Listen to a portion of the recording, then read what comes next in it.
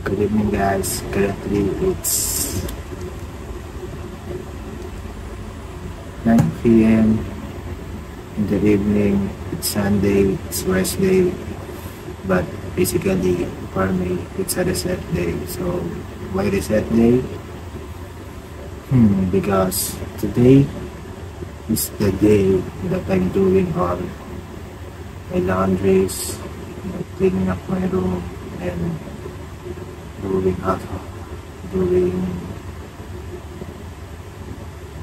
things na dito sa bahay, linis, tumulong. So basically I'm resetting my closet, resetting my room, cleaning it, because really during working days you really don't have a time to clean.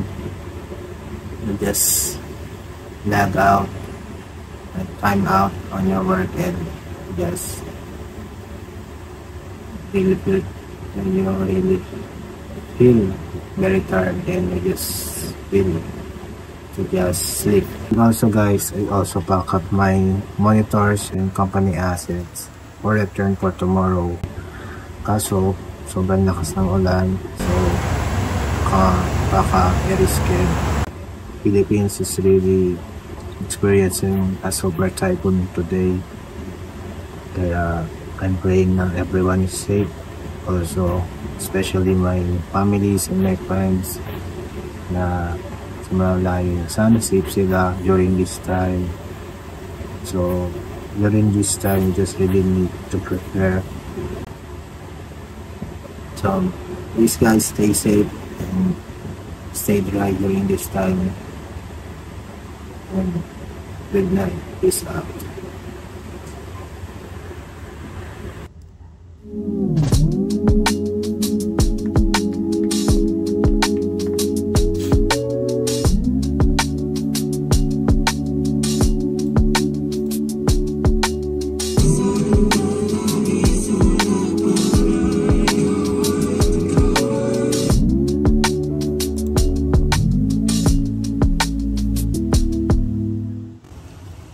Good afternoon guys, kakatapos ng lunch break sa work. So see, tapos na lang ulan dito. Namin hopefully safe lahat ng tao. Hopefully hindi na magkaroon ng ulan ngayong araw. So yun, so sana wala ng ulan this week since I have so much fun for this week. Nagla-return pa ako ng assets ko. Guys, peace out.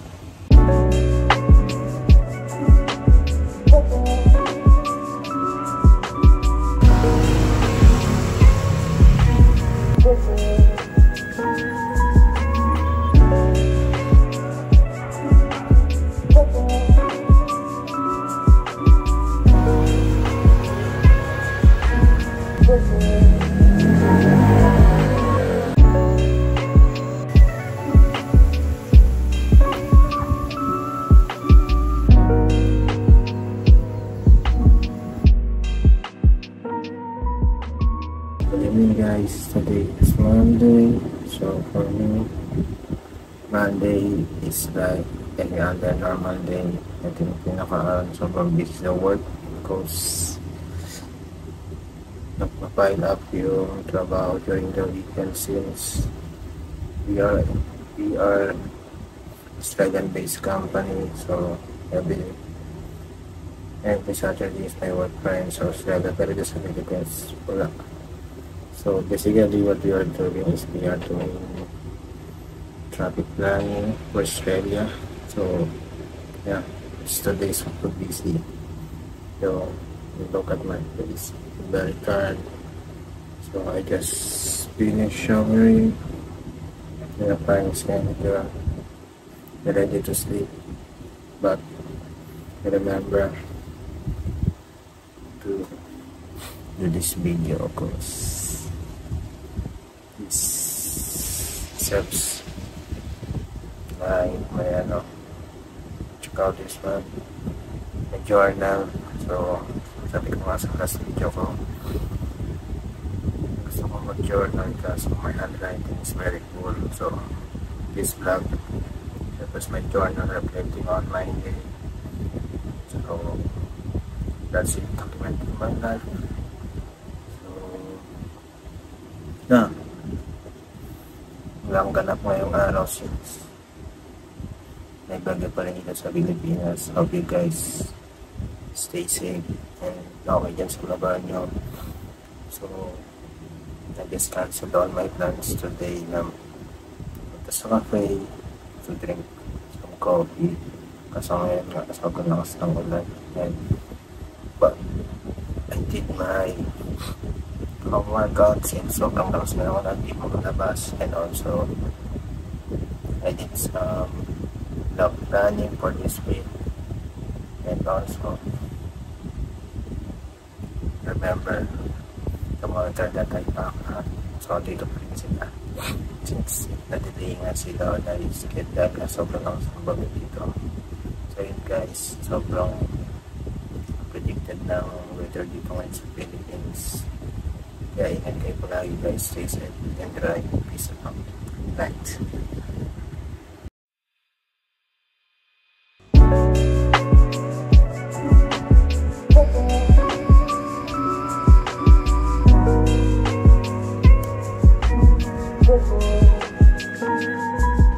What's up? Good morning guys. So today it's Tuesday. So finally may araw na dito. Wala na masyadong ulan. Sana hoping na makatakbo ako mamaya or going to the gym or getting a coffee. So today it's working day ulit. So medyo busy and that's it.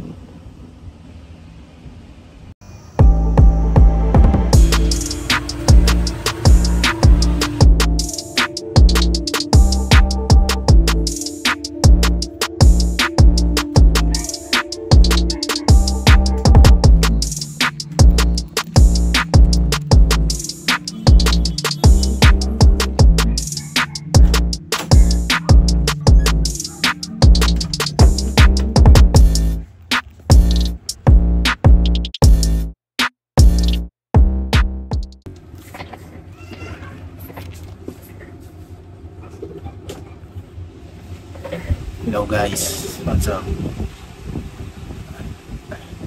I just finished running / walking. So tumakbo lang ako ng 5 km or / walking since natin sobrang mapagod dahil tomorrow is Wednesday, so papalit tayo on site. So hoping na ma-return na natin yung monitors natin. So guys, ito itong ginagamit ko. So guys, ito hindi ko na siya sa TikTok. Sobrang ipis niyang yan, parang wala kang dala. Kasi naman yung iPhone 16 Pro Max. Tsaka kasi naman may pakipagod na dito for your mga limitas dito, AirPods. So guys, let's talk about working out. So if you ever guys wanted to start working out, hindi mo lang ang gagawin mo. So bandaming influencer naman nila lang tuturo sa online or YouTube guys. Bandaming din yung kuha, tapos research lang. Tapos guys, so sinatraining naman about na kung ilang beses ka nag-workout sa isang linggo. Just remember na sa every week is meron kang 2 to 3 times na pag-workout. So yan lang yung ginagawa ko kasi I want this to be a long run. So hindi rin naman ako kanukaisig sa diet ko. So I just want to enjoy it. So minsan sa weekends lumalabas kami, kumakain ako ng junk foods, pero I'm trying to I try to balance my diet. So hindi lagi yung fast foods, since yung fast food talaga yung pinaka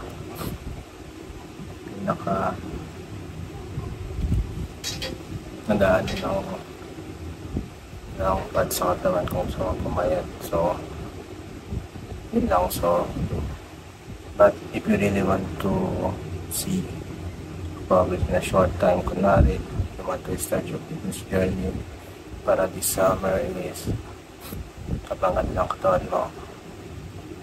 Kunwari is you only have 3 months to live, so doon talaga na hindi mo mag-stick sa diet mo para ma-achieve mo yung body na gusto mo. So guys, if you want to be stick on your fitness journey, so you don't have to be harsh to yourself, don't rush things, take it slow. So kailangan mo lang is consistent, di mo kailangan araw-araw mag-workout. Kailangan din naman ng katawan mo magpahinga. Sa rest days is really a part of workout. So dito lang yung time na binibigyan mo mag-rest yung muscle mo para mag-recover sila, and then next workout mo is mag-perform sila ng maayos. So yun lang guys, peace out.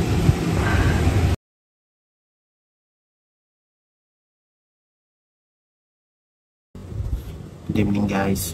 Today and tonight it's 30, so kakatapos ko lang mag-shower because I'm going to sleep dahil may trabaho bukas. So guys, remember the monitor. Yeah, especially bukas is manarating ko na siya. So I'm gonna sleep around 9 PM, tapos gigising ako ng mga alas 4 ng umaga. So yan guys. So guys, so remember, sabi ko is gusto ko naman yung game consistent sa pagbablog. So I just bought a mic here. I bought it from TikTok. So it's called BMW X21, I think. So it can be my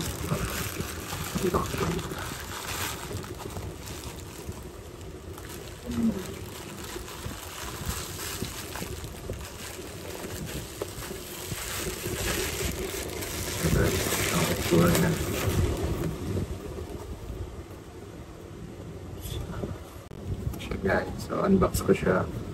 Let's see kung paano makaganda yung quality niya. So basically guys, kaya ko lang siya binili para kapag ako sa labas.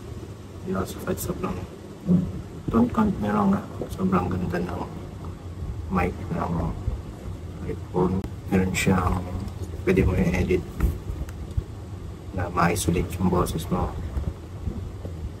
using your phone mic. Pero binili ko to since this Saturday is may plan kami ng mga ka-office mate ko, may office friend na mag-uwi sa Cubao para sa Christmas party namin. So gusto ko lang siya i-document since nasa labas yan, medyo malayo sila. Gusto ko magkaroon ng maayos na audio. So ayun, ang hirap buksan. The review.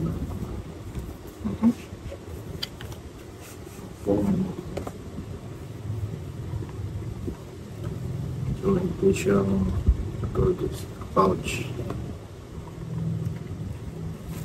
Something right guys.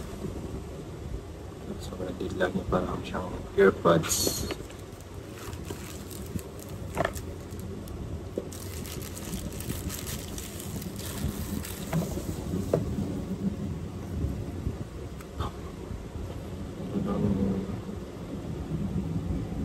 Charge pa siya. So may sabi nga siya. So hindi siya kita. So just to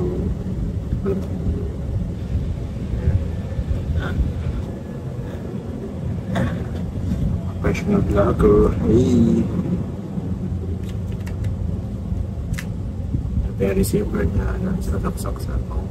So, Type-C lang siya. Pero siyang adopt. So, may box.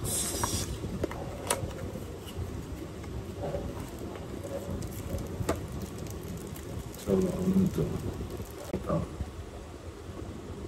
Yeah. Ito para sa wind charger. Ako rin naman sabi ko nga. Hindi rin daw siya gamitin sa mga action cam. So, pwede ko talaga magkaroon ng action cam. Since may din ako mag-motor. Gusto ko mag-vlog yung motor ko. Yung motor ko. Also magnetic siya guys. Pwede siyang snabit na gusto. Katang magnet. Yeah. So, try ko ito mamaya or bukas. I think. So, yan. Pag-aralan ko muna siya. So, guys. Overall, today so ang reflection ko today is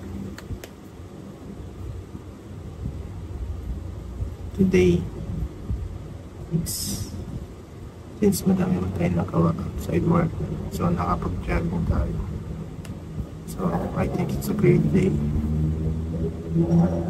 So yun, so natuwa rin naman ako sa binili ko.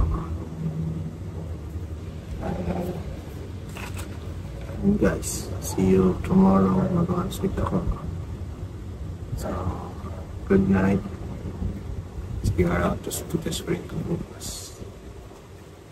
Good night guys. Stay safe.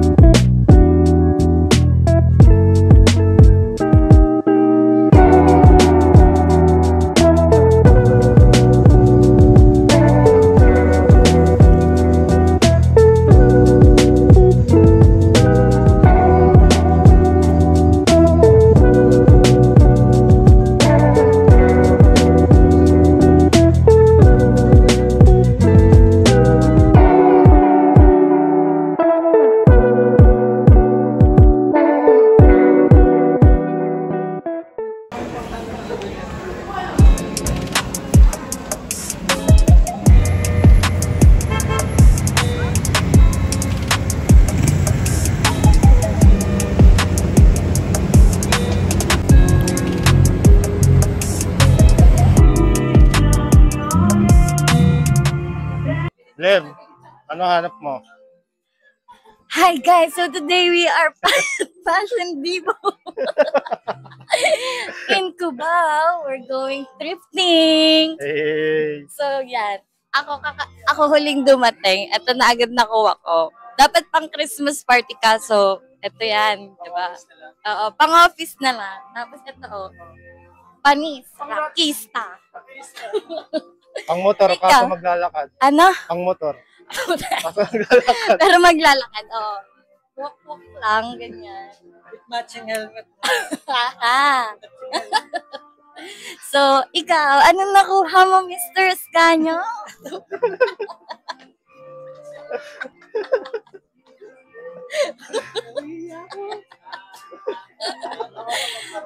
Ikaw, bakit ang dami mong bitbit?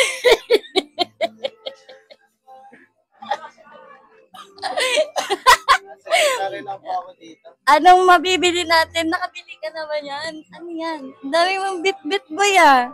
Ano ka? Hindi na, kawawa. Meron pa tayong isang tatanong ngayon for today's video. Wala, ba't ka umalis? Ang social anxiety ang na-anxiety sa akin. Fresh from India, Indian makeup. Tinawag mo yung nahanap ko sa'yo. So, ayun. Okay na ako. Later.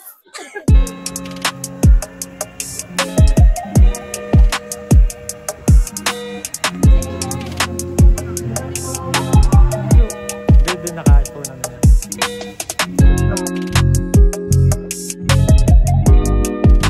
Okay na ba? Sakto lang, boy.